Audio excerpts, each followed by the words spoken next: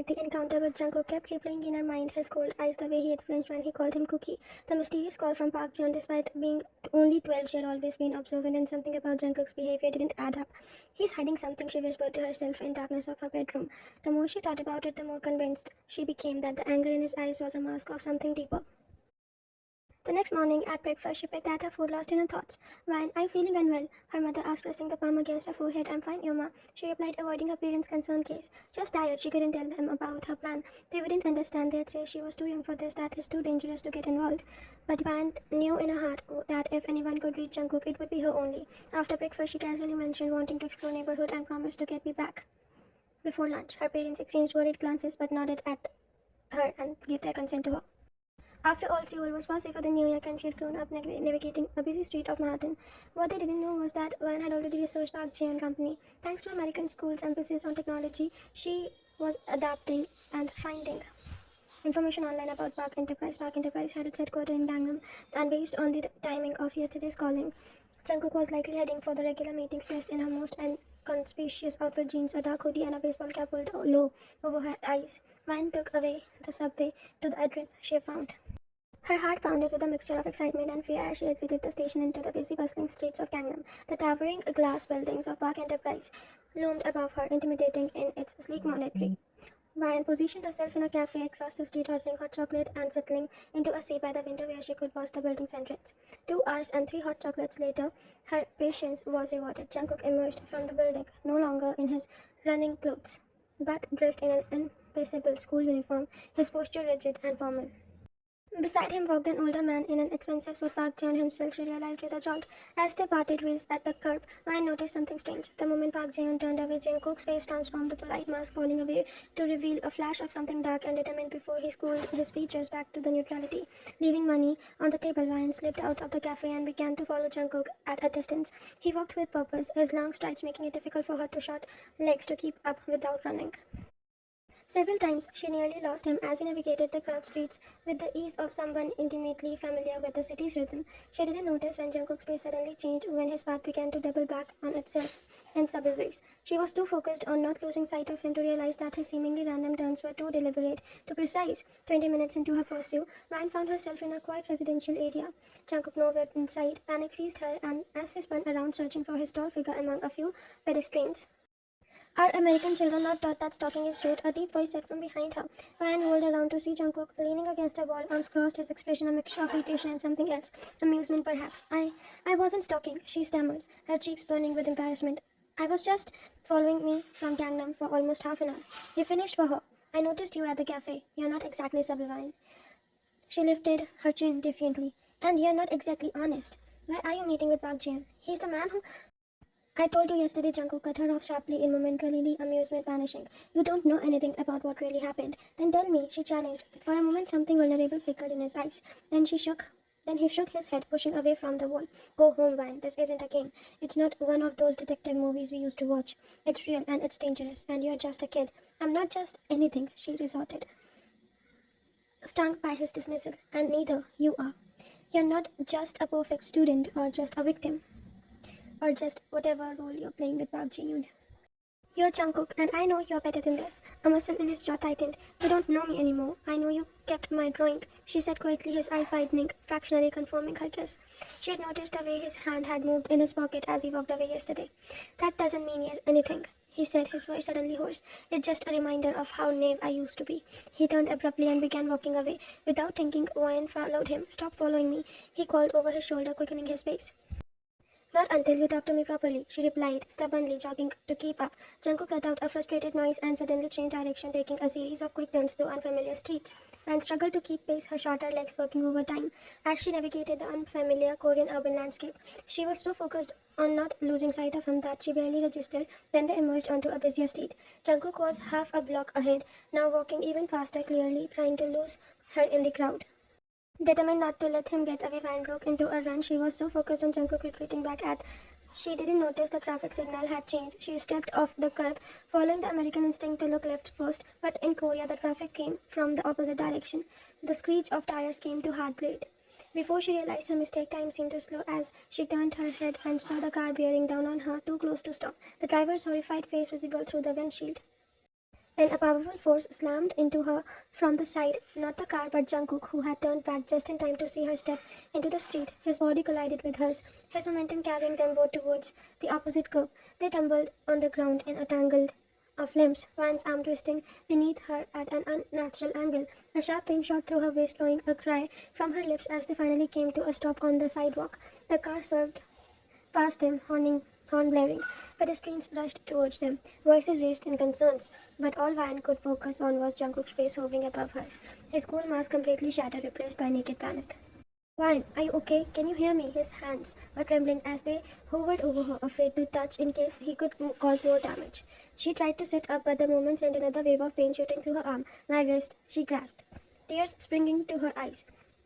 Jungkook's face paled as he looked at her wrist, already swelling and bent at a slightly wrong angle. The sight seemed to trigger something criminal in him.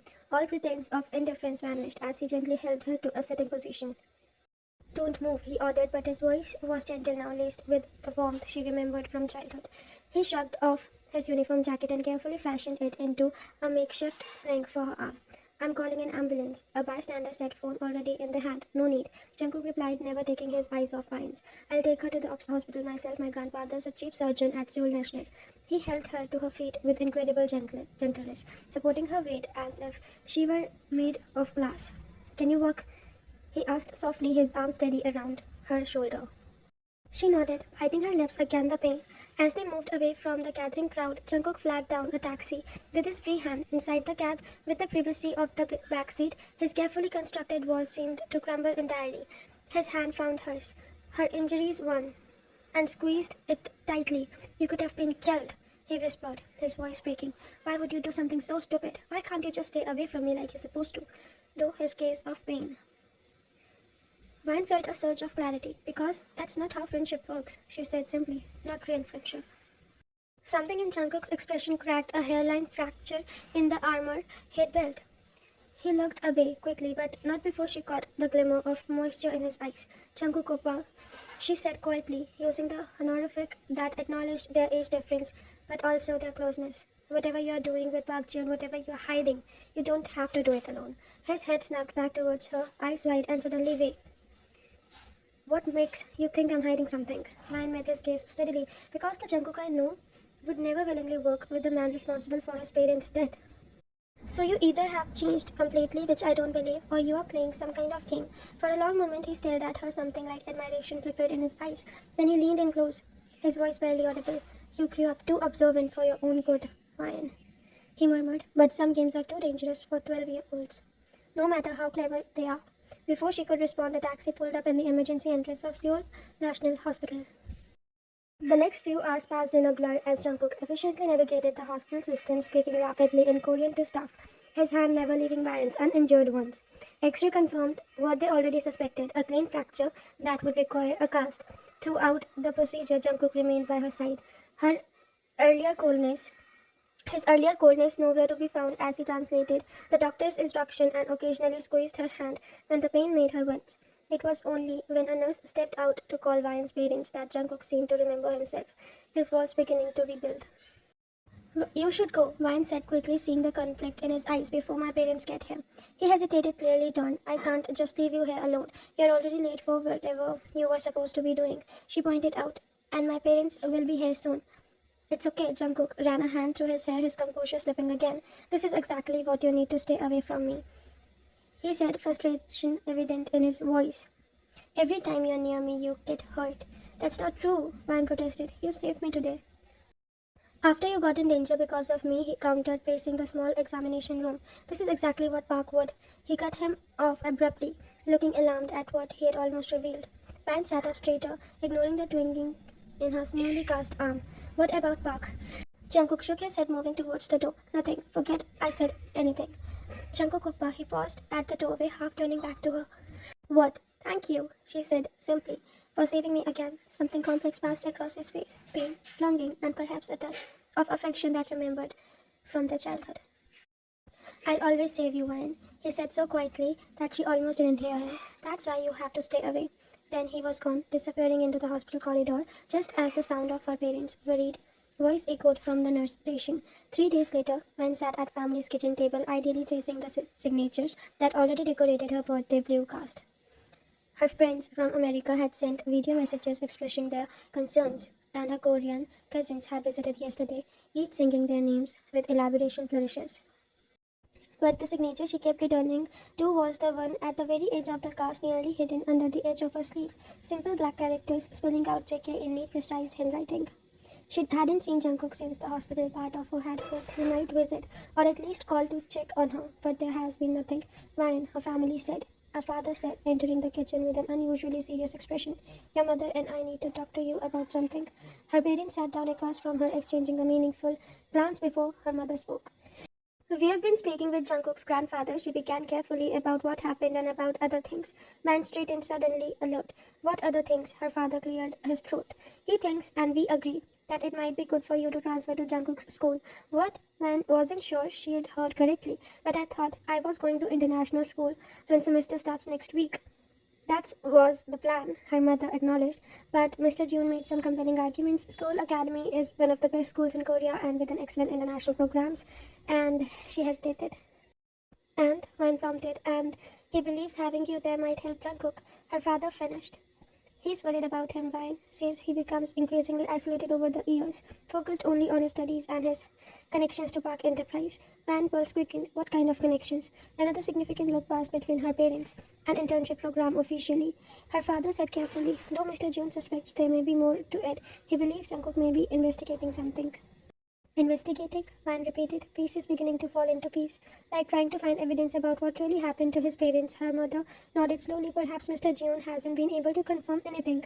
Jungkook is very private these days, but he's worried that whatever Jungkook is doing, it could be dangerous, and he thinks I can help. Van couldn't keep the hope from her voice. He thinks you might be the only one who can, her father said solemnly. You two had a special bond as children, and despite what happened the other day, or perhaps because of it, he believes that bond still exists on some level. Van thought of Jungkook's panicked face when she had been hurt, of his whispered promises in the hospital doorway. I think it does too, she said quietly. There's something else, her mother added, looking uncomfortable. Mr. June also mentioned that he'd feel better knowing Jungkook was keeping an eye on you while we are here, after the accident. He wants Jungkook to protect me. Van realized a small smile tugging at her lips, like he used to. Her father nodded, apparently desperate. His cold exterior, Jungkook was quite upset about your injury. His grandfather found him researching American versus Korean traffic patterns late at night. The image of 17-year-old Jungkook, with all his studied indifferences, worriedly researching traffic safety because of her made something warm and floral in Vine's chest. So, her mother said, watching her carefully, what do you think? Would you be willing to transfer to Seoul Academy instead? I would mean a more rigorous academic program, and classes would be preliminary in Korean, though there's an English track for international students. Van didn't hesitate. Yes, she said firmly, I want to go. Her parents seemed relieved but also concerned. Van, her father said gently, we need you to understand something. Jungkook may not welcome you with open arms. Whatever is happening with him with Park Jae-yeon, it's complicated and potentially dangerous. I know, she said more seriously than they had ever heard their 12-year-old speak. But someone needs to help him, and I think for some reason it needs to be me. Her mother reached across the table and squeezed her injured hand. Just promise us you'll be careful and that you'll come to us if anything feels wrong or dangerous. Van nodded solemnly. I promise. What she didn't say, what she couldn't explain even to herself, was the certainty she felt that somehow her path and Jungkook's were meant to intervene. That the boy who had once promised to be her knight, who still carried her childish drawings in his pockets, needed her now more than ever. And that whatever dangerous game he was playing with Park Jae-yeon, she intended to help him win it, whether he wanted her to help or not. What Wine couldn't know was that at the very moment, in his pristine bedroom across the city, Jungkook was staring at a notification on his school portal, new international transfer student Min Wine, grade 7B. For the first time in years, Jungkook Jeon smiled a real smile, before quickly catching himself and scrolling his features back to carefully neutrality. He couldn't afford to care about Wine. Caring made you vulnerable, and vulnerability was something he couldn't risk, not when he was so close to uncovering the truth about Park Jae-yeon's involvement in his parents' death. But as he closed the portal and returned to the carefully organized files hidden beneath a false button of his desk drawer, files containing 2 years' worth of evidence against Park Jungkook, found himself thinking not of revenge but of a fractured wrist in a blue cast. and wide, trusting eyes that somehow still saw the boy he used to be. The boy he sometimes feared no longer existed at all. The Seoul Academy uniform felt stiff and unfamiliar against Ryan's skin as she stood at the imposing gates of her first day. The prestigious school loomed before her, its modern architecture a stark contrast to her relaxed American middle school. Students streamed past in identical uniforms, their curious glances making her even more self-conscious. Miss Min, welcome to Seoul Academy. A stern-faced administrator bowed slightly. I am Mrs. Kim, your Oriental guide. Van bowed in return, grateful for the Korean etiquette lessons her mother had insisted on over the weekends. Thank you for having me. As Mrs. Kim led her through the meticulously maintained grounds, Ryan's eyes darted around searching for a familiar face. She hadn't seen Jungkook since the hospital, and despite knowing they would now attend the same school, she had no idea how he would react to her presence. Your personal security detail will wait here during school hours, Mrs. Kim explained, gesturing to a discreet area near the administration building where Ryan spotted her family's newly hired bodyguard, Mr. Lee, already taking up position. We understand the Min family's prominence requires certain precautions, but within these walls, all students are treated equally. Vi nodded, though the concept of having a bodyguard still felt foreign. Her parents had explained that, as heirs to one of Korea's wealthiest families, certain protocols were expected now that they were settling permanently in Seoul. The same was true for many students at Seoul Academy, including Jungkook, who your classroom was this way. Mrs. Kim continued, leading her towards the building marked Middle School Division. You have been placed in Class 7B, our international section. While most classes will be conducted in English, you will have intensive Korean language instructions daily. Most were international students, children of diplomats or business executives, with a few Korean students seeking an English immersion experience. Please make Miss Min feel welcome. Mrs. Min instructed before leaving Ryan to take her assigned seat by the window. The morning passed in a blur of introductions and orientation activities. Her classmates were polite but reserved, seizing her up with the cautious typical of preteens. Encountering someone new by lunchtime, Ryan had exchanged pleasure entries with most of them, but hadn't made any real connection. She was gathering her courage to join a group heading to the cafeteria when a burst of excitement swept through the classroom. Glancing towards the course, she saw why Jungkook stood in the doorway, his senior uniform immaculate, his presence commanding immediate attention. His heart leaped, but the cold look he cast around the room made it sink just quickly. When his eyes landed on her, they showed no recognition, no warmth, nothing to suggest they had any connection at all.